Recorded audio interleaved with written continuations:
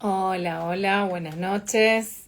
Bienvenidos al grupo de psicólogos de la UBA. Mi nombre es Luciana Mochulske y dirijo esta red desde 2012. Así que bueno, estamos esperando que se vayan conectando de a poquito. Sería interesante que nos cuenten de dónde nos están escuchando, viendo, país, ciudad, que nos puedan compartir eso. Y bueno, en cualquier momento la licenciada Paula Lucero me va a pedir solicitud.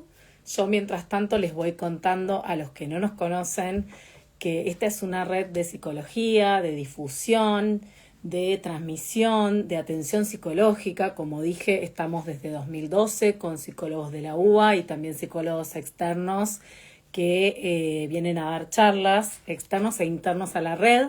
Así que bueno, la charla de hoy va a ser ¿qué es el fantasma, el deseo y el goce desde la teoría lacaniana? Así que bueno, mientras yo le voy dando entrada a Lacaniana, nuestra invitada ya aparece en la conexión, les voy contando que ella es psicóloga clínica, magíster en psicoanálisis de la Universidad Nacional de Rosario. Se dedica a la clínica con adolescentes y adultos. Ella es especialista en anorexias y bulimias. Actualmente es adscripta en la Cátedra Psicoanálisis y Psicopatología de la UNR y dicta cursos para graduados sobre teoría lacaniana y también cursos de psicoanálisis general, o sea, esto anoten, para los que no son psicólogos, para todo público. Así que también les cuento que en enero de este año ella publicó su libro La dirección de la cura en la anorexia y la bulimia, que lo pueden encontrar en Laborde Editorial. Después podemos pasar el Instagram y también lo pueden comprar online. Después podemos pasar toda esa información. Así que, dicho esto, muy bienvenida Paula a este espacio. Hola, ¡Ay, bueno, se cruzó el gatito! sí, sí, como siempre, acá tenemos este problema. Sí, un tercero, una presencia de este tercero. Este tercero lleno de pelo para Sí. y acá está insistente que Ah, pido disculpas, pasa que me quiere servía, estar con vos, ¿eh? O sea, me eh, parece que hoy me te ser- quiere escuchar de cerca. a ver, A ver, ¿cómo se llama? Perla, ¿no? sí, bueno, me sacó el agua. Ah, bueno. Pará, si querés Está te tomando, espero. Pero, está bien, vos tenés tu vaso ahí, ¿no? Vos tenés tu vaso ahí. ¿Me escuchás bien, Paula? ¿Se escucha bien? sí, sí, se escucha bien. Perfecto. Acá alguien comenta, jaja, gata, es el velo como fantasma. Me encantó el comentario. Me encantó, Eh, me encantó. sí, igual está muy sobrepasada, quizá por lo que fue el día. Sí, Estuvo circulando mucha gente, entonces suele, bueno, ponerse como una niña. mm, Bueno, gracias por la presentación. Eh, y sí, en el tipo de hoy, efectivamente, vamos a estar hablando de algunos conceptos que son muy importantes en la teoría de Lacan. Bueno, el fantasma es un concepto emblemático, ¿no? totalmente. Que está como emparejado con un montón de cosas que uno, bueno, las puede vislumbrar en la clínica, no solo en la teoría, así que también de un poco se va a tratar la charla, ¿no? Como de por ahí ejemplificar con cosas de la clínica o la vida cotidiana. Tal cual, porque en realidad hay que ser honestos en ese sentido y el concepto de fantasma, partamos de ahí, el fantasma es un concepto que corresponde a la teoría de Lacan, entonces él no lo va a abordar como lo podemos entender en el sentido común, aunque a veces bromeamos. Yo tengo un video en donde puse un filtro de fantasmitas, ¿no? Ujú. Pero bueno, cuando Lacan nos habla de fantasma, no nos está hablando del fantasma eh, tal como lo podemos entender desde el sentido común, ¿no? O en las películas de terror, por ejemplo, del fantasma ese que aparece, ¿no? Igual te digo que sí identifico como esta cuestión. gráfica, viste, el dibujito del fantasmita con esto del velo, Eso sí, que ahí sí hay algo que podemos ver, sí. Que hay, podemos ver barra no ver, ¿no? Que queda velado. hay una semejanza, claro, y por eso es un tema tan convocante. Tal cual. Porque cada vez que escuchamos fantasma hay algo que nos atrae. Y bueno, y eso porque hay una resonancia inconsciente, efectivamente. O sea, vamos a comenzar con una definición para que se pueda entender y después sí hablamos un poco del velo, ¿por qué no? Y podemos compartir algunas situaciones que ejemplifiquen de alguna forma un concepto tan abstracto, digo, porque la teoría de Lacan es un concepto muy abstracto. Él lo define como un operador lógico, o sea, una conceptualización que nos sirve para articular muchos elementos que de otra manera no podríamos articular en la clínica. Entonces, es una herramienta que él inventa para trabajar en la clínica, pero que a la vez habla de cómo estamos constituidos a nivel estructural como sujetos. O sea que la gran mayoría de las personas tenemos lo que Lacan llamó un fantasma. Digo la mayoría, porque no todos y no todas, somos gran mayoría los que portamos este fantasma. El fantasma puede ser, o sea que es una estructura fija, primera definición. El fantasma es una estructura fija que los seres humanos, en su mayoría, tenemos en nuestra mentalidad o nuestro psiquismo. ¿Cuál es la función de esta estructura fija? Digo, una estructura fija tiene ciertos elementos que están articulados y una función determinada.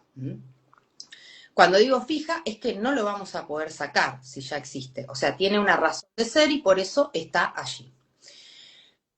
Como todas las cosas en esta vida, su pro y su contra. Total. Digo, el fantasma tiene su pro y tiene su contra. La función esencial, porque tiene después funciones derivadas. La esencial del fantasma es sostener el deseo.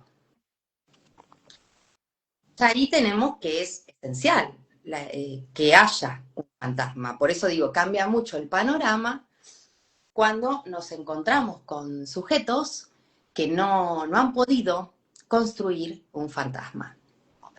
Perdón, de nuevo, acá estamos con esta pesada. El fantasma Sí, es sí, el fantasma de Perla.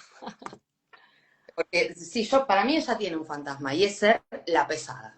Ah, sí, sí, ya está como nombrada. Y un poquito de histeria también, ¿no? Porque Ah, tiene no, como sus momentos también. cuando uno la busca ella no quiere. Mm. Cuando uno está ocupado, ella sí quiere. Acercarse, subirse, interactuar. Así que un toque de histeria hay en ella. Tendría que llamarse Flora, la gata Flora.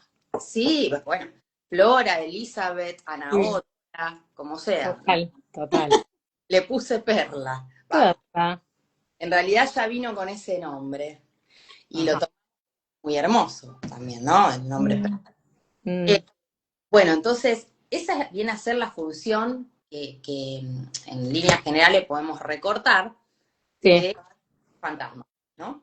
sí, sostener el deseo. El deseo. Pero después tiene funciones que están articuladas entre sí y que son importantes también, pero vienen a ser derivadas. Por ejemplo, organizar el goce de alguien. Y cuando decimos goce, en principio estamos hablando de pulsión en psicoanálisis. La pulsión en psicoanálisis es un concepto muy problemático porque es un concepto fronterizo, digamos, que a la hora de definirlo, esto ya está en Freud, en el creador del psicoanálisis, nos encontramos con esa mixtura Dualidad, sí. que forma parte del cuerpo orgánico, tiene que ver con el cuerpo orgánico, pero no del todo, porque también tiene su incidencia psíquica barra mental. Entonces, es un concepto que está entre, ¿no? Porque se relaciona con el cuerpo, pero no está de lleno en el cuerpo. Claro. Y al sujeto hablante le representa problemas la pulsión, ¿no? Y Sí, si no, más bien, como vos decís, más bien, digamos, rompe con la dualidad cartesiana, justamente, ¿no? De separar mente y cuerpo y los liga, ¿no? Como decía Freud, esto de ese límite entre lo psíquico y lo somático, ¿no? Como el entre. Ujú. claro, y lo importante, digo, para que se entienda cómo se construye el fantasma, cómo se forma, cuándo se forma, también es una cuestión importante, pero bueno, cómo se constituye o de qué es consecuencia de la incidencia del lenguaje en el cuerpo orgánico. ¿Cuál es la incidencia del lenguaje, de la palabra en el cuerpo orgánico? Es que hace que nos separemos irremediablemente del instinto. Entonces, desde el momento en que nacemos y ya nos ponen un nombre, nos hablan, nos dicen todo tipo de cosas que nada tienen que ver con la realidad concreta y material, ¿no? Ya Mm, todo sabe que al nacer, digo, hablo de teoría, hemos sido estéticamente feos todos, por las circunstancias vividas, ¿no? El traumatismo del nacimiento. Y estamos así, desbordados. Y ay, qué preciosura toda la familia, ¿no? En general. Ay, una belleza. Mira, tiene la misma cara que el abuelo y nada que ver con el abuelo.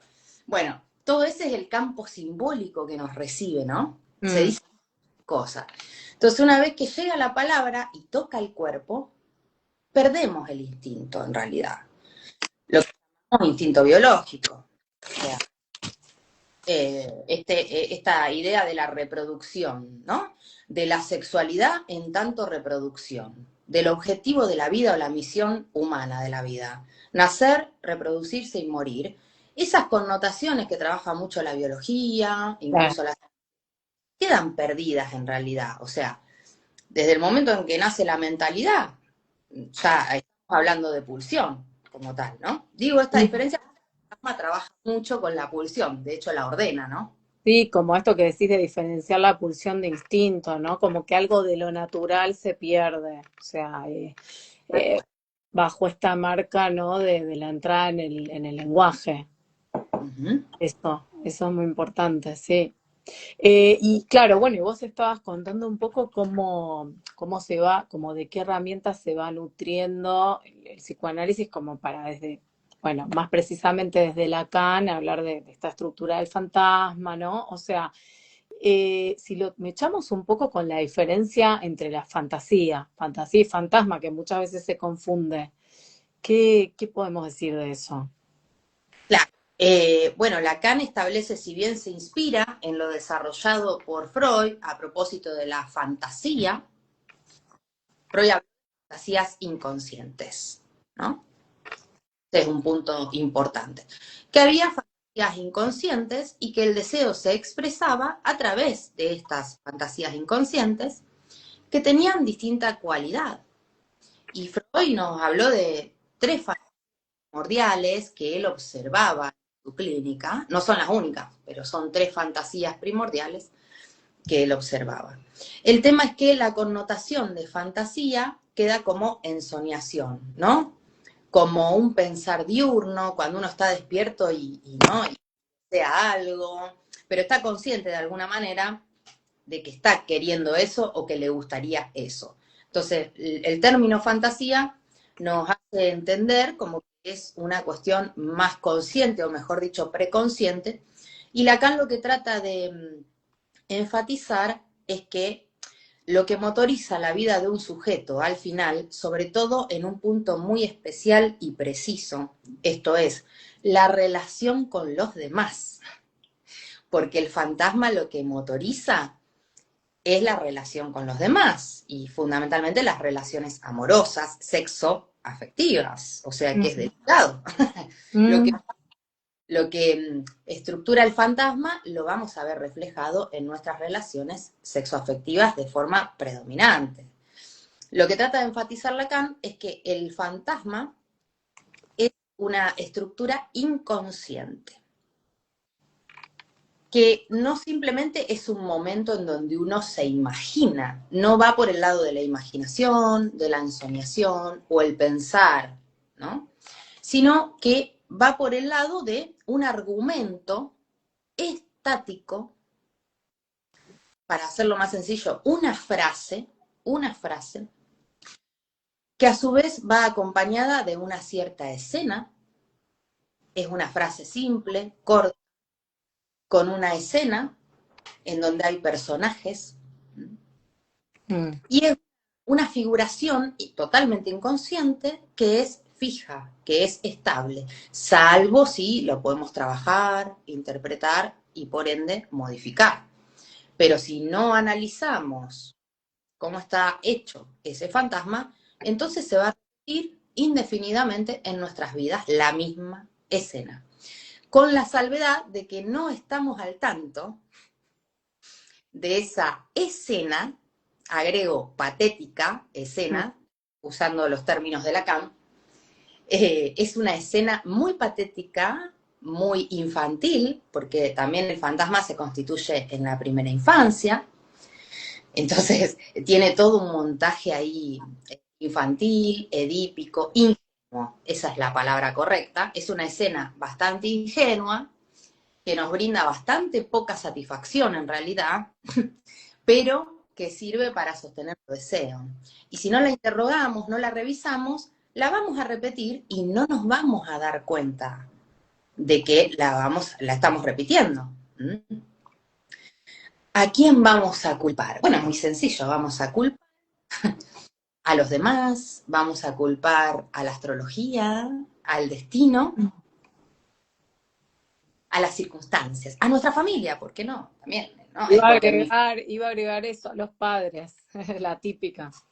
mi mamá, el Claro, problema es claro. mamá, Mm, la tendencia, cuando uno está ahí, no conoce estas cuestiones. Cuando uno no conoce estas cuestiones, la tendencia más común es, se ve que estoy lleno de sal, se ve que nací, bueno, no quiero usar malas palabras, se ve que estoy cagado por un elefante, ¿no? Porque la verdad que tengo cero suerte en esta vida, siempre lo mismo. La frase fantasmática por excelencia es: siempre me pasa lo mismo, más de lo mismo.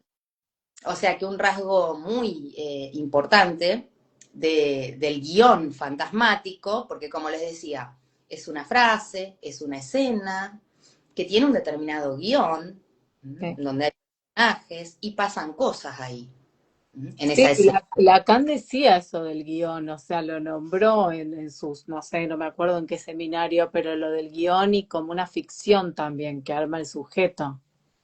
Ujú. Exactamente.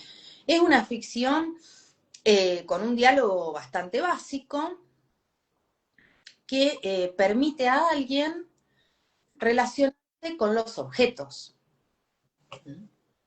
Porque si no tenemos eso, estamos como a la deriva también en la relación de objeto. Y hay muchas formas de relacionarse con esos objetos. Si nosotros agarramos el fantasma en crudo, esa escena que vemos allí no es que tenga una persona como protagonista. El protagonista es el sujeto, por lo menos a nivel del fantasma en la neurosis, tenemos un sujeto relacionándose con una falta de respuesta en realidad. Ujú. Esto que decíamos hace un momento del velo, el velo es la cuerda imaginaria del fantasma que arma respuesta, frente a lo cual no hay respuesta. ¿Cómo relacionarse con un otro de mi interés? No lo sabemos, el fantasma fuerza una respuesta de forma inconsciente. O sea que esto es otro rasgo muy importante. El fantasma en la neurosis es una construcción del sujeto. Sí, No es... sí. Perdón, decilo que justo se trabó. ¿Qué dijiste? Es una construcción del sujeto y después. Claro, el fantasma es una construcción del sujeto, es lo que pudo armar, lo que pudo hacer con esa falta de respuesta con la cual se encontró, ¿no? En esta relación de objeto de la que hablo, ¿no? ¿Cómo lidiar no solo con la relación de objeto, cómo lidiar con el deseo, cómo lidiar con el cuerpo. O sea, el fantasma viene a resolver, mal, bien, mejor, peor. Bueno, la cuestión es que resuelve de alguna manera, mediante esta frase de argumento, qué se puede hacer con eso, ¿no? Por eso tiene una función protectora el fantasma. Pero digo, es una construcción del sujeto. Esto quiere decir que no es por herencia. El sujeto ha sido creativo dentro de la medida que pudo y a la edad que tenía, porque se forma a una edad temprana también. Exacto, pero yo quería enfatizar esto de que, porque si no parece que es algo como activo y consciente, que el sujeto nada sabe de su fantasma. O sea, bueno, por lo menos al principio, ¿no? Y en un proceso largo, como que nada va a saber de su fantasma. O es como más bien como un saber no sabido, ¿no? Pero bueno, esto como de que lo actúa el fantasma, pero que es algo inconsciente, ¿no? Que digo, si lo ponemos en el ámbito clínico, que una persona consulta y no es que viene, bueno, este es mi fantasmita, o sea, no sabe nada, o sea, ni siquiera, ¿no? Que tiene un fantasma o que cuál es, o sea, es como decís, es como un guión que se arma que tiene que ver con cuestiones muy infantiles, o sea, muy que arrastra desde la infancia, pero que lo sostiene a la vez, como que lo sostiene esa estructura, por eso cuando vos decías esto de la neurosis, bueno, después vamos a diferenciar, o sea, cómo funciona en otras estructuras y cómo no funciona, digamos, determinada estructura, ¿no? Por ejemplo, la psicótica, directamente no hay este armado de fantasma. No, Eh, no, Ujú. no, no. El punto de base para que se pueda construir el fantasma es justamente que exista el registro de una falta. ¿Mm? Porque el fantasma viene a velar esa falta. Entonces, primero tiene que estar el registro de una falta, el registro de un vacío, la anotación de un vacío, ¿no? Para que después se construya el fantasma intentando velar ese vacío, proteger el psiquismo, vamos a decir, de lo real en términos de Lacan, por ejemplo, ¿no? Pero es primero el vacío y luego la posible respuesta fantasmática frente a ese vacío. Pero es una operación totalmente consciente. Entonces, desde la conciencia, ¿qué tenemos? Tenemos un leve registro de que si hacemos una interpretación, porque también hay gente que no se hace preguntas respecto a lo que le pasa, pero si nosotros más o menos nos vamos preguntando, ¿no? Nos vamos autoobservando a nosotros y a los demás, entonces descubrimos que hay cosas que se repiten, Tal sobre cual. todo en nuestras prosas. Hay escenas que se repiten, situaciones que se repiten, comienzos, finales que se repiten, ¿no? Y ahí ya tenemos una pista. Y la segunda pista, que es para, esto no lo dice Lacan, lo digo yo, la segunda pista más rápida de acceso a por lo menos la cara más superficial del fantasma, es preguntarnos cuál es el verbo que nos define Mm. en esas situaciones incómodas en términos de la vida amorosa, esos dolores del amor que hemos vivido, bueno, ¿cuál es el verbo que nos define? ¿Cómo lo castigamos al otro para nosotros mismos muchas veces? ¿Qué hizo el otro, según nosotros? ¿Nos abandonó? ¿Nos cagó? ¿Nos engañó? ¿Nos reemplazó? ¿No? ¿Qué supuestamente, según nuestra visión, nuestra lectura, hizo el otro que nos hizo tanto daño? Ah, pero ojo, porque el fantasma nos muestra eso también, la contradicción. Otro rasgo esencial es la paradoja. Entonces tenemos creación del sujeto, sostén del deseo, repetición, paradoja. Entonces, el fantasma tiene el deseo, pero también es un señuelo para el goce. O sea, permite un cierto goce. Entonces decimos, él me abandonó y voy y lo busco igual. ¿Eh? Eso No es... es re importante porque es como tiene dos caras, ¿no? Parecido como a lo que pasa con el síntoma en algún aspecto, pero bueno, el fantasma es como más importante porque es lo más estructural.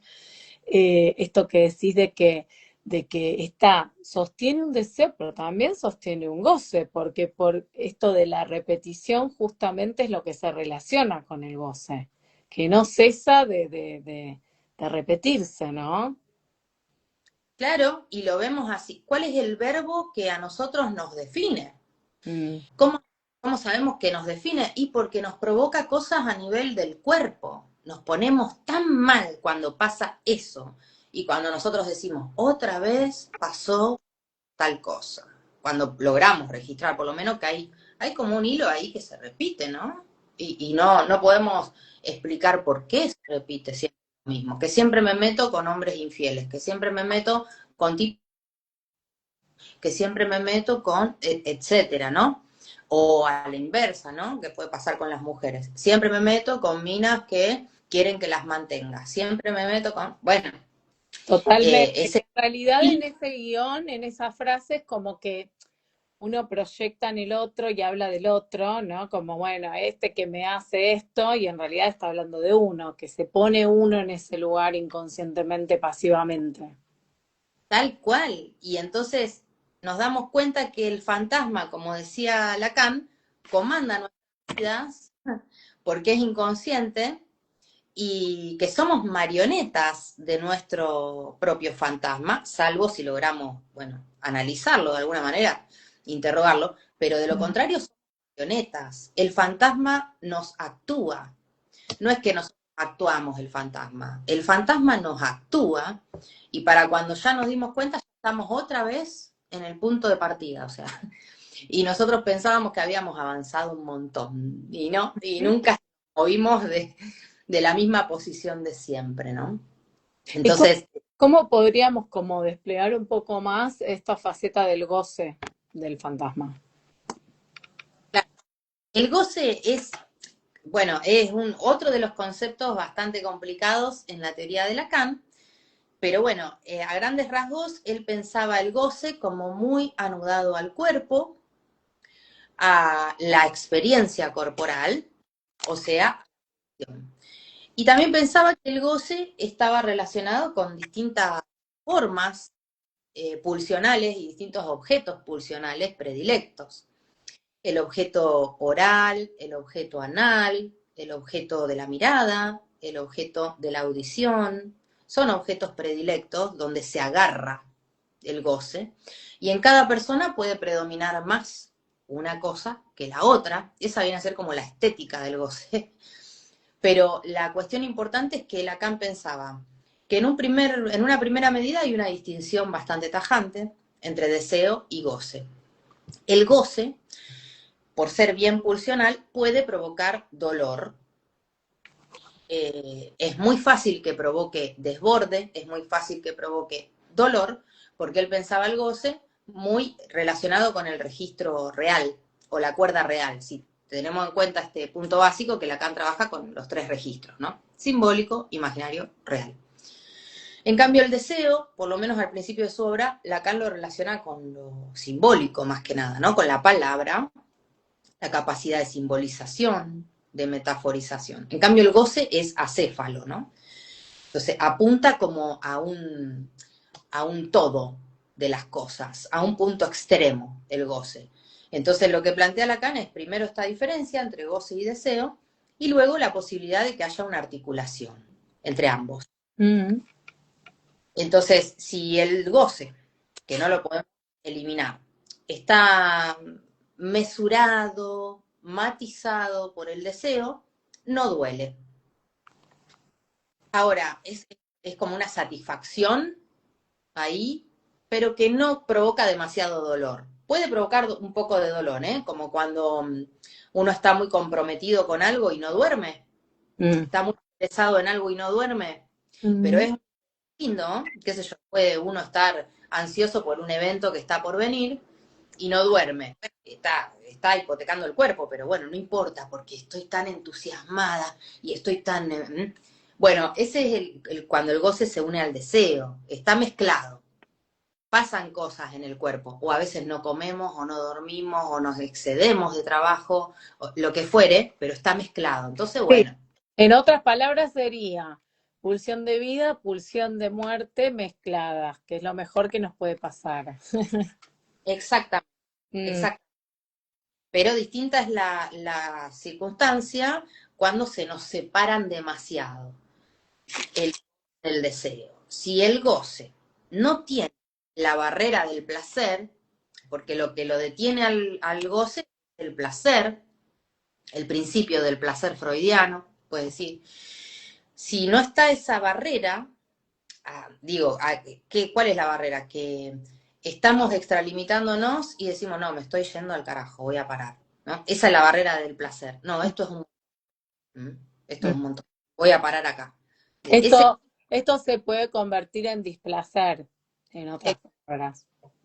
claro, si no está esa barrera, lo que antes era una simple pulsión que se va mezclando con las cosas que hacemos, con el principio de realidad, inclusive, bueno, está ahí matizada, se transforma en compulsión. Entonces, cuando el goce se separa del deseo, se transforma en compulsión, deviene en algo compulsivo, ¿no? Y uno ya no puede parar de hacer algo. Y ese algo que no puede parar de hacer siempre va a estar relacionado con el cuerpo. Hacer gimnasia, no puede parar de. Ujú. No puede parar. Fumar, no puede parar. Tomar alcohol, no puede parar. Bueno, lo que sea, no puede parar de. En redes sociales, porque el goce contemporáneo es ese, aviso. Totalmente, sí, sí, en cualquiera de sus rubros, ¿no? Como vos decís, con la comida, con drogas, con las pantallas, ¿no? Con el exceso de sexo, cualquier exceso, digamos, tiene que ver con eso, con un exceso. Ujú. Exactamente. Es como la marca de que se nos separó demasiado, Mm, porque hay como un vaivén para mí, yo lo pienso así, se separan, se ven el goce y deseo, ¿no? Y mm. tenemos más, menos, bueno, nadie es perfecto. Se separan, diferentes magnitudes. El tema es cuando se separan demasiado.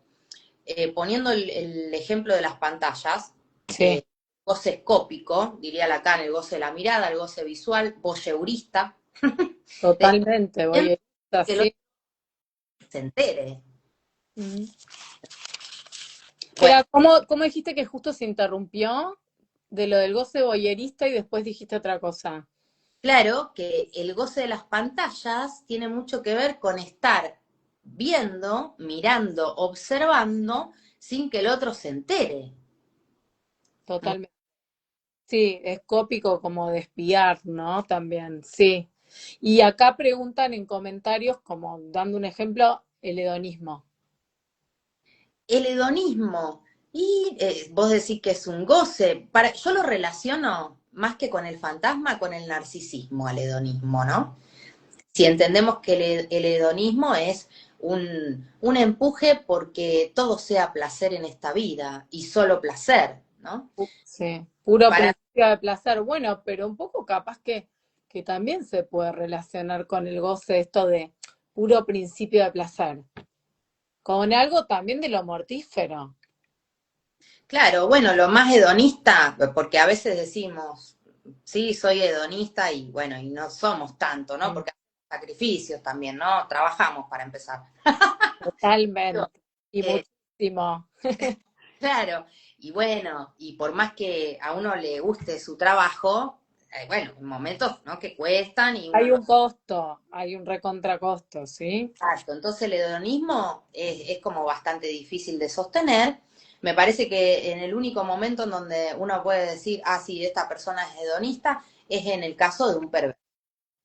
Bueno, a eso quería llegar. ¿Cómo se juega el fantasma en el perverso y qué diferencia hay entre el fantasma en la neurosis y en la perversión? Porque, como dijiste hace un ratito, en la psicosis no hay fantasma. O sea, ¿qué podríamos decir, Pau, que hay en la psicosis como en reemplazo del fantasma? ¿De qué concepto podemos hablar? Digo así rápidamente, ¿no? Sí, Para no meternos de lleno con eso. sí, es muy, muy importante esto que decís, Luciana, porque son distinciones cruciales. Y ojo que esto no es ni condena ni destino, porque en muchas psicosis se puede armar algo, eso también está en la teoría de Lacan, se puede armar algo que se parece mucho al fantasma neurótico. Pero bueno, La diferencia primero entre neurosis y perversión que plantea Lacan es todo ese trabajo en el seminario 10, titulado La angustia, es un seminario muy bonito y muy precioso.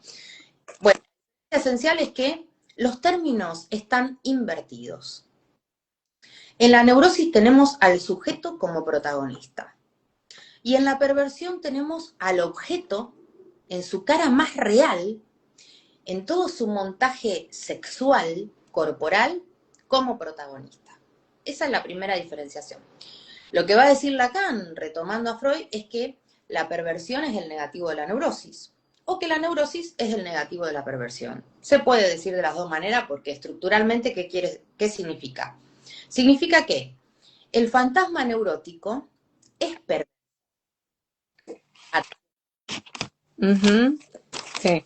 Consciente, sabemos lo perverso que es porque es inconsciente, ¿no? Lo sufrimos, lo padecemos, pero no sabemos que es nuestro inconsciente. Bueno, entonces, son malos pensamientos lo que hay en él. El fantasma neurótico es perverso, pero en el hipotético caso de que ese fantasma pudiese materializarse en la vida real, generaría en el neurótico una angustia imposible de soportar. Porque es perverso, pero a nivel del argumento, de la escena, y queda como escena, queda como una ficción, que bien dijiste, que el fantasma es una ficción, es una realidad psíquica, ¿no? Y queda ahí, una ficción. En cambio, en la perversión, ¿cuál es esta inversión que se produce? Que esa escena perversa se concreta, se materializa en la vida real, sin tener en cuenta, precisamente, a que hay del otro lado otro sujeto.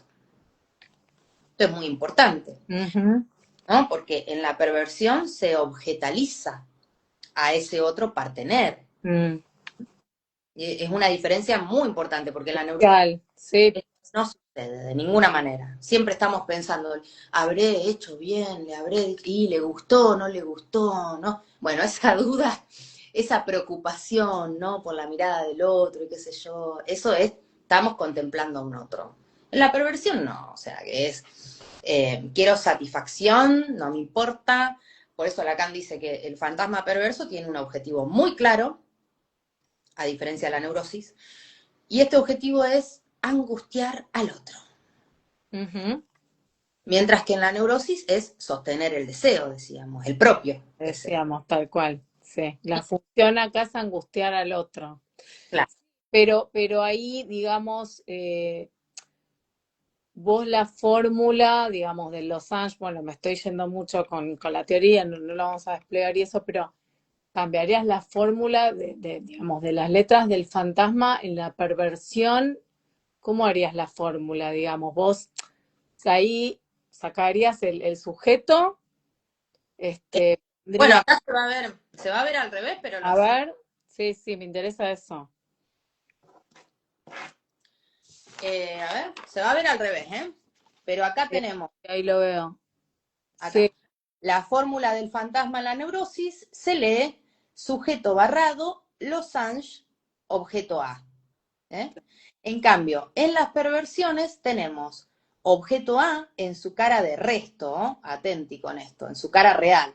Losange, sujeto. Claro, al Muy, revés. Sí, es al revés. es al revés, Simetría. simétricamente al revés. Sí. Por Tiene eso, toda su lógica, sí. esto es el operador lógico, para entender todo tipo de circunstancias. Por eso, desde la neurosis o desde una estructura mental, vamos a decir, convencional, nos parece espantoso lo que un perverso puede llegar a ser. Y estaba pensando, Paula, también, ¿qué pasa en los casos que justo acá alguien está preguntando, borderline, que bueno, no sé si vos querés muy brevemente como decir en qué categoría lo encajarías vos, porque bueno, viste, es como muy dilemático, Sí, ¿no? Los sujetos borderline y qué pasa con ese fantasma, si querés así poner dale, brevemente tu posición. sí. Bueno, primero respondo lo anterior antes de olvidarme. En el caso de la psicosis, porque dijimos, neurosis, psicosis, Prueba- neurosis, Sí. perversión, psicosis, que son tres grandes grupos que pertenecen a la nosografía psicoanalítica. Neurosis, psicosis, perversión. En el caso de la perversión, hay autores que dicen que hay un fantasma, Lacan nunca lo dijo y yo siempre estoy cerca de Lacan, con lo cual para mí tampoco llega a haber un fantasma. En la psicosis podemos encontrar fantasías delirantes, Ujú. que lamentablemente no llegan a tener esa función protectora del sujeto de la que estábamos hablando antes. Mm. Eso, una distinción. Y respecto a esta categoría, que es bastante, bueno, por un lado útil, por otro lado problemática, puede llegar a ser borderline, ¿no? Sí. O pacientes de borde, o trastorno límite de la personalidad, que es equivalente, depende cómo se Sí, denomine. sí. Bueno, es una connotación clínica que en realidad no pertenece ni a Freud ni a Lacan, hay que aclarar eso, viene de la psiquiatría y ha sido desarrollada por psicoanalistas norteamericanos, que tienen, bueno, otro enfoque, con la intención de poder alojar a ciertos sujetos que presentaban ciertas características específicas dentro de una categoría, dado que no encajaban en las categorías disponibles: neurosis, psicosis, perversión. Entonces, uno de los rasgos de esta categoría, digamos, las condiciones borderline, es que, autores en general, lo que dicen Sí, la gran mayoría, lo más consensuado, es sí. que el fantasma estaría a medio hacer. Mm. Estaría como en vías de conformarse, pero no lo está del todo. ¿Y esto cuál es la consecuencia? Que son la consecuencia de si el fantasma está pero no está, la consecuencia es que rápidamente se nos desarma, eso que llamamos ficción. Mm. Rápidamente se nos cae esa estructura que mal, por patética que sea, nos sostiene, ¿no? Nos enmarca de alguna manera, nos ubica, digamos. Entonces, en estos casos está, pero fácilmente ante una desilusión, una frustración, eso se cae, Como que está armado muy precariamente. tal cual. ¿Mm? Sí. Pero bueno, en muchos casos puede llegar a servir. Y el pronóstico es muy bueno, por lo menos lo que pienso yo, porque Mm. el fantasma ya está en vías de constituirse, ¿no? Entonces, hay un libro de Silvia Amigo que lo trabaja muy bien, Clínica de los fracasos del fantasma, por si hay colegas o gente interesada en Sí. la temática, está muy bueno ese libro, que habla un poco de estas características tan especiales, ¿no? Sí, sí, tal cual, ella habla muy bien y aparte es muy clara, ¿no? De esto de los fracasos del fantasma y dependiendo la estructura. También, bueno, lo que me interesaba, que un poco lo charlábamos en la previa, era si querés como compartir algún caso, ¿no? En donde podamos ver como más gráficamente este concepto tan interesante. Ujú. Bueno, hay miles de configuraciones disponibles, pero bueno, podemos aprovechar uno de los posteos, que encima hubo alguien, uno de los últimos posteos que hice, que bueno, que cuestionaba esta cuestión de cuando un masculino que es amigo Sí. encara a una, ¿Mm? Bueno, un debate amplio, no vamos a caer en eso. Existe la amistad entre el hombre y la mujer y todo ese tema, ¿no? Pero simplemente visibilizar esta posición, ¿no? Pero hay muchísimas, vuelvo a decir. Esta posición de algunos masculinos de acercarse en calidad de amigo, eh, y dejar que eso progrese con esta amiga, sin nunca develar sus verdaderas intenciones, hasta llegar a un punto de enamoramiento incluso de esta amiga. A todo esto, la amiga ni enterada, ¿no? Eso es fundamental, sí. Claro, todo transcurre En el marco de una supuesta amistad. Sí, Exactamente, sí. exactamente. Entonces, de los ojos para afuera es una amistad, ¿no? Ujú. Pero en el interior de este masculino hay todo un enamoramiento, hay todo un enganche. El fantasma engancha. Ese es otro rasgo esencial. Mm. ¿Vieron cuando uno dice enganche? O sea, Y enganche esto de enganche con un otro y con qué tipo de otro, ¿no? Con qué tipo de partener. Ahí está el enganche del fantasma, que no elige a cualquiera. No elige a cualquiera. Y claro, uno desde la conciencia dice, y no, pero yo no elijo de quién me enamoro. Desde la conciencia no elegís. A nivel fantasmático, claro que elegís. O sea, Recon. el fantasma antes que vos. Digamos, te elige el fantasma, ¿no? Tal cual. Bueno, quieras, digo, quieras o no quieras. Por eso aparece este concepto tan importante que Lacan lo desarrolló en toda su obra, es muy interesante. Para sufrir menos es muy interesante. El concepto de paradoja que nos habita. Nos habita la paradoja. Entonces, fantasmáticamente apuntamos a un partener que nunca nos va a dar bola en toda la vida. Como este ejemplo, ¿no? El amigo que hace 1000 años, que es amigo, y si no te dio bola hace 1000 años, es porque al otro quizás no le sucede lo mismo. Digo, quizás te quiere mucho, te tiene ternura y cariño, pero no le pasa eso que, no sé, tu esperanza te lleva a creer. El montaje sexual, no le pasa eso. Claro, está, digamos, totalmente del lado tierno, ¿no? Exacto. Sí, Exacto. sí, y Está también relacionado eso, claro. totalmente, por eso, qué interesantes estos ejemplos, ¿no? En donde uno puede ver como distintos tipos de fantasmas que se le arma a cada uno.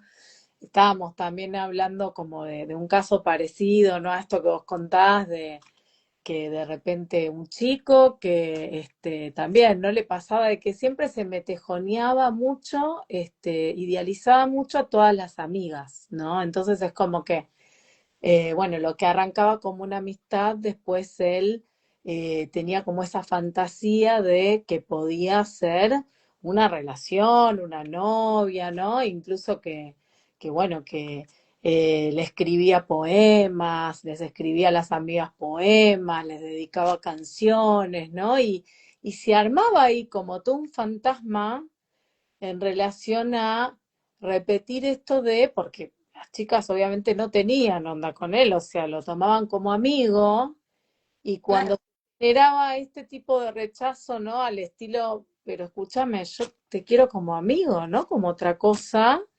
el chico se ponía mal y tampoco se lo creía tanto, como que aparecía este fantasma de insistir, insistir, insistir sobre amores imposibles, en definitiva. claro, en un Mm, punto eh, puede ser que haya una connotación obsesiva en esos casos. Digo, estoy hipotetizando también, sí, porque hay ahí una atracción grande por lo imposible. Digo, el fantasma nuclea un saber. Y cuando nosotros lo consideramos desde la conciencia, pero el fantasma cuando elige a un destinatario, donde poner el foco, ujú, supone también un tipo específico de deseo, una forma específica de desear. Entonces, el deseo como imposible lleva a que estemos más interesados y atraídos por objetos de amor imposibles. totalmente. Que O bueno, todo eso parte de lo incestuoso, ¿no? De los primeros amores, hay que agregar. Ujú. claro, porque después uno se pregunta, por ejemplo, en este amigo tan fascinado, que idealiza tanto a esa amiga, que es la mejor del mundo, la mujer más especial, y hay un montón de mujeres que quieren darle bola, pero él no a nadie como ella, no como que la tienen en un pedestal. ¿A qué le suena eso? O sea, Mm, ¿a quién un pedestal? Hombres y mujeres en principio, después por ahí cambia, pero claro. no, hace poco fue el día de estas, ¿no? Son nuestras Total. madres sagradas. Ujú. ¿No? Ese primer amor que parece posible, ¿no?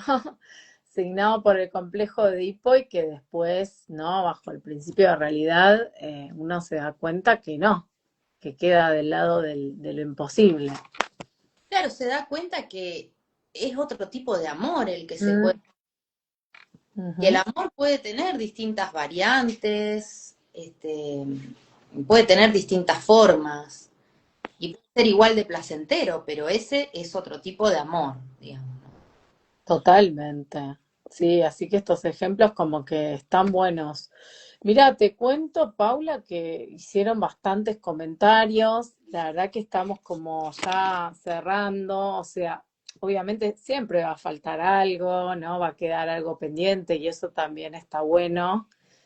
Eh, y bueno, pero te leo así algunos comentarios y en todo caso, si quieren, los que tengan ganas le pueden escribir a Paula a su Instagram personal, que es profesional, que es @lacaniana. O sea, súper fácil, inconfundible, así que le pueden escribir ahí, pero igual yo leo así algunas preguntas, no para que las respondas o vos elegís, pero te digo cosas que fueron diciendo.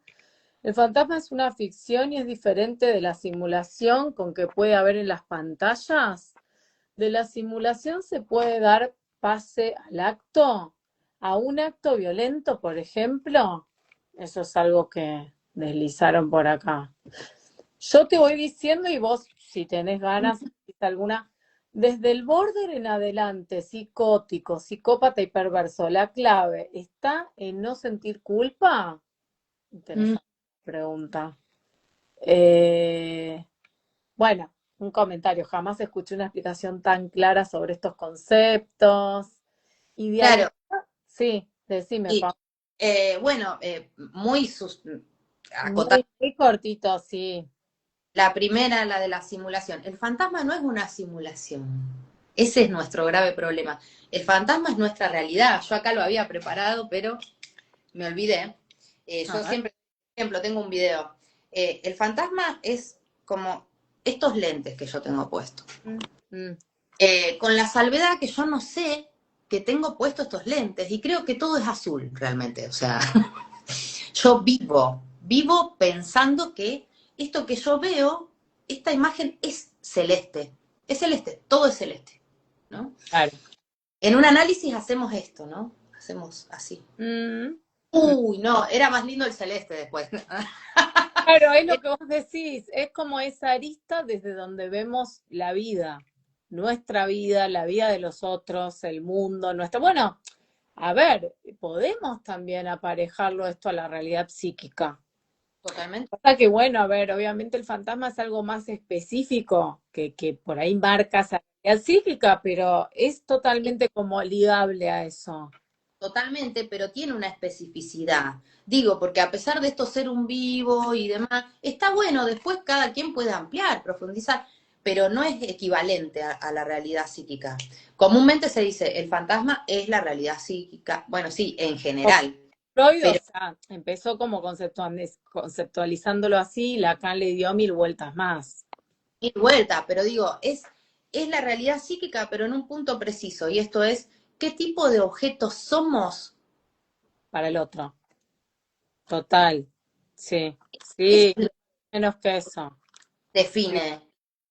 Y bueno, y entonces no es una simulación. En todo caso, lo que hacemos es proyectar nuestro fantasma, pero para nosotros es absolutamente real. Digo, no estamos simulando, es total. totalmente. Y no, y me hicieron una pregunta que me pareció re interesante, bueno, no sé si es alguien psicólogo o no, pero preguntaron si, digamos, a través de la terapia uno puede cambiar el fantasma, como diciendo cambiar de fantasma. O sea, ¿vos qué le decís a esa persona? Yo pienso que sí, que absolutamente. Que en realidad el fantasma, como lo pienso yo, hay muchas maneras que uno lo puede pensar. Yo lo pienso como una estructura triple, por capas. El fantasma es como una estructura fija, como les decía antes, pero que tiene varias capas. En un análisis vamos elevando esas capas, vamos retirando. Entonces, ¿cuáles son las capas? La capa más cruda, y que a esa capa quizás jamás accedemos, es como escritura, esto que veíamos acá. Ujú. O sea, son solo letras. Y es el sujeto enfrentado a un vacío imposible de soportar. Esa es como la raíz, la base. Pero después tenemos el marco simbólico, que tiene un marco, o sea, no es que está así, el vacío no está suelto. El Ujú. marco simbólico, esa es la segunda capa, ¿no? La capa simbólica es el marco, la palabra, esto de la frase que yo les decía, es una frase, es un verbo, marco simbólico. Y la tercera capa, que esa es la que desmantelamos en un análisis y es la que podemos modificar, efectivamente, es la capa imaginaria, ¿no? El velo, que es con lo que así, ¿no? Porque parece que no, pero nosotros conocemos a alguien, como uno dice, no, no tengo ganas de conocer a alguien, ¿para qué? Para que vuelva a pasar lo mismo. Claro, porque uno va por la vida en realidad así, o mejor dicho, con estos anteojos, ¿no? Esos Total. anteojos son lo que podemos cambiar, ¿no? Pero tiene consecuencias, porque si modificamos ese velo que nos engaña, que no solo nos engaña a nosotros, hace que engañemos a los otros también. Totalmente. Como el Sí. ejemplo que daba, porque eso también es engaño, pegársela de Lo que amigo. estábamos, ¿no? Del chico que aparentaba una cosa y entraba por un lugar y pretendía salir por otro, ¿no? Bueno, conquistando, y aparte y las chicas se incomodaban porque tenían intenciones totalmente distintas, capaz en algunos casos se llegaba a perder esa amistad. Y sí, claro. Y eso también es engaño. O sea, el que, el que se engaña, siempre engaña, Mm, to- ¿no? totalmente, Lo que no comparto. es antes de que se engaña, ¿no? Porque el fantasma comanda ese tipo de cuestiones. Sí, yo lo veo como el que engaña se engaña, ¿no? Lo entiendo más simple así, pero es lo mismo, Sí, pero es lo mismo, es lo ¿no? mismo. Ujú. Qué buena pregunta esto de cómo en el análisis podemos cambiarlo. Claro que sí, claro que podemos cambiarlo. Y ya que hablamos de los casos borderline o la psicosis, en el caso que no esté el fantasma, primero tenemos que construirlo. Totalmente. En esos casos hay más una construcción. Una construcción y que ojo que es una oportunidad, porque podemos armar un muy buen fantasma, ya que vamos a ponernos creativos, armemos uno de los mejores. El Mm, caso de la neurosis es bastante típico, los fantasmas que vamos a encontrar, digo, son siempre fantasmas masoquistas. Vieron que uy, siempre perverso.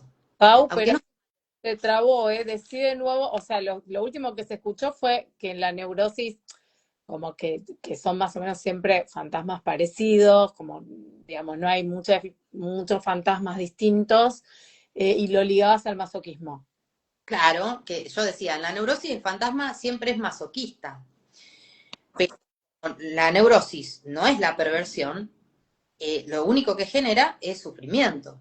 O sea, ¿qué quiero decir con esto? Que el sujeto, sin darse cuenta, se ubica en situaciones en donde queda como objeto. Me hacen, me dicen, me piden, me Sí, sacan, me roban, me copian, ¿no? totalmente. Y en realidad en un análisis que hacemos, despejar que es el sujeto quien llevó las cosas hacia ese punto culminante. Que Sí, le copian, le roben, la bueno. famosa responsabilidad subjetiva, ¿no? Que tratamos de lograr. Sí, la rectificación subjetiva, ¿no? Esto que vos decís de pasar al me hacen, me cagan, me roban, me dejan, o sea, bueno, a ver, ¿y yo qué tengo que ver en esto? Totalmente. Claro, revisar ahí, porque bueno, también puede pasar que nos hagan cosas y nosotros no tengamos nada que ver, o sea, no todo, bueno, pero en estas circunstancias, en donde nosotros sí hemos tenido participación y no nos damos cuenta, el pasaje es del me hacen, por ejemplo, vamos a poner uno muy común, me cagan, Ujú. vamos a me cagan, al o me gorrean, otro muy común, me cagan, tenemos que pasar de ahí al me hice cagar. Totalmente, sí, sí. Pasar a la denominación activa del verbo, Ujú. la pasividad en ese sentido, ¿no? Eh, yo Claro, me ahí interesantísimo. Sí. sin saberlo, no me di cuenta, pero al final yo me fui ubicando en ese lugar de M que tanto sufrimiento está dando. Sí, sí, totalmente. Re como interesante y gráfico esto de, pero aparte porque son los mismos guiones, ¿no? Esto de me hace, me pide, me abandona, me caga, me gorrea, ¿no? Como son como frases muy cliché en todo caso, o sea.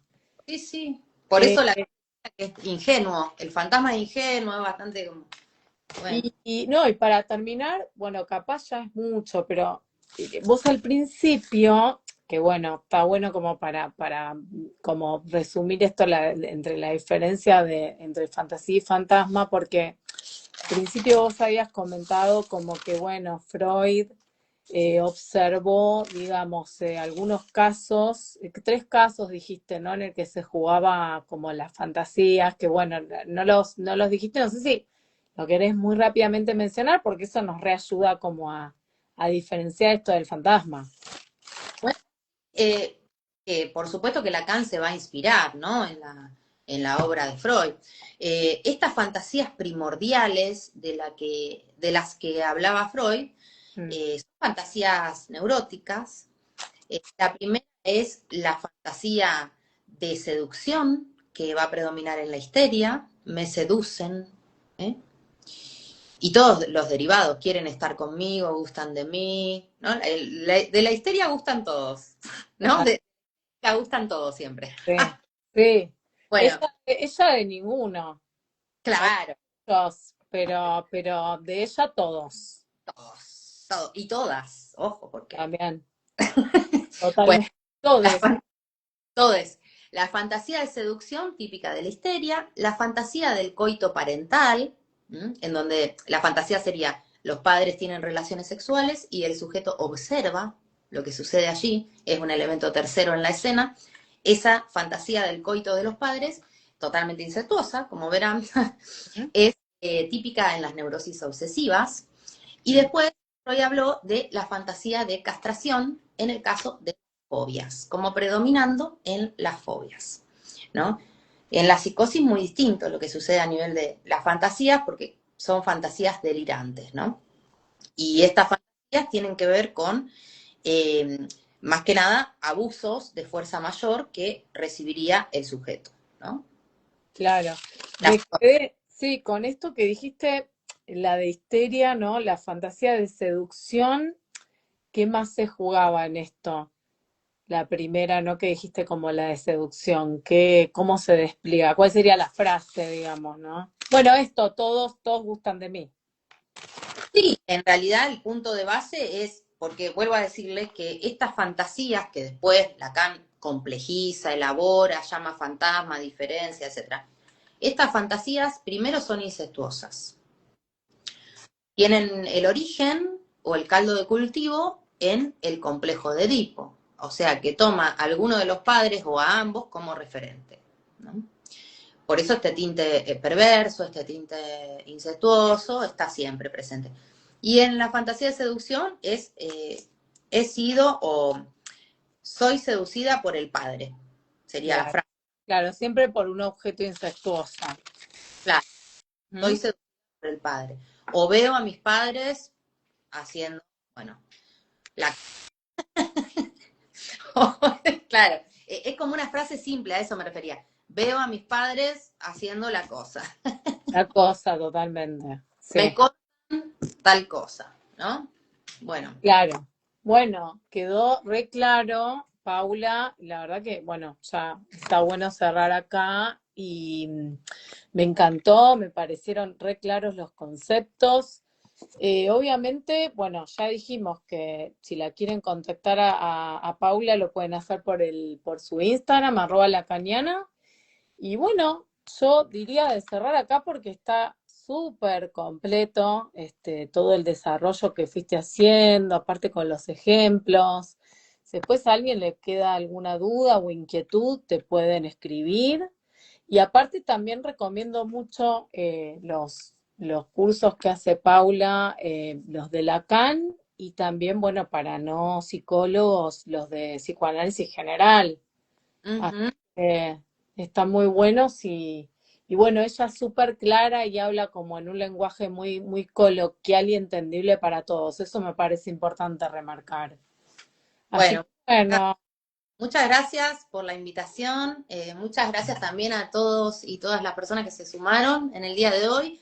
hoy es viernes, no caigan presa del fantasma, ya sabiendo esto, ya ustedes pueden tomar un papel activo frente a su propia satisfacción, ¿no?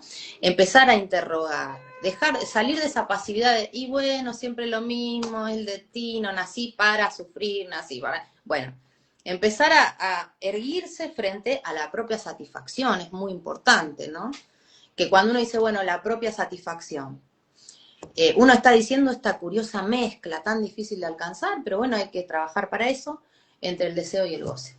Eso, ¿no? Como bueno, poder aunarlos un poco, unirlos un poco, ligarlos y bueno, y como vos decís, como bueno, hacerse cargo de lo que a uno le pasa. Así que, bueno, les agradecemos un montón a todos por estar, la verdad que una presencia muy interesante y aparte un montón de comentarios y preguntas.